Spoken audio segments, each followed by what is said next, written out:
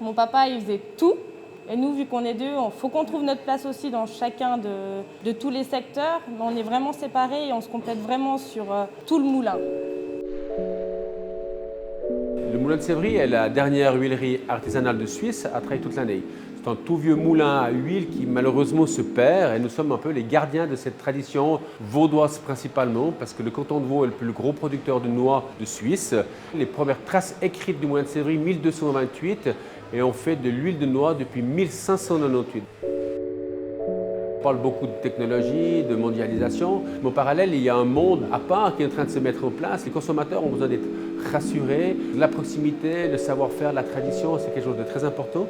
Maintenant, on est quand même mis sous pression avec des normes d'hygiène, des normes de sécurité, sécurité alimentaire, sécurité au travail, traçabilité. C'est bien de le faire, je pense que c'est important de le faire, mais c'est vraiment des pressions qui sont journalières, qu'on n'avait peut-être pas forcément à l'époque.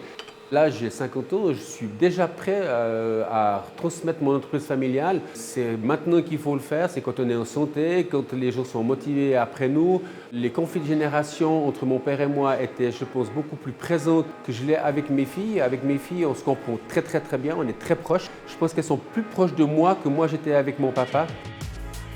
Dès que j'ai fini l'école, la première chose que j'avais envie de faire, c'était vraiment de venir travailler au moulin. Alors il a préféré qu'on fasse un apprentissage avant, ce qui n'est pas plus mal, et après on est venu travailler.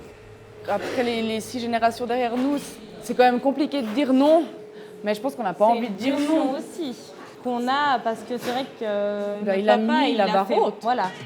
Qu'on soit un homme ou une femme, je pense que c'est possible de faire sa place pour reprendre une entreprise. Alors c'est un peu plus compliqué parce que, pas forcément d'être une femme, mais de savoir qu'il y a des employés, ça fait 15 ans qu'ils sont ici. Ils nous ont connues toutes petites et d'être un guillemets un peu leur chef. Il faut faire sa place. Ouais, faut réussir à faire sa place.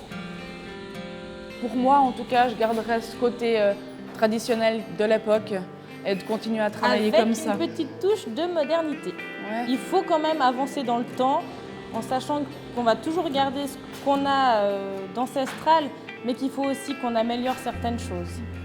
Alors la 8e génération n'est pas encore en route. Non. Pas pour le moment. Après on verra, on fera... L'avenir nous dira.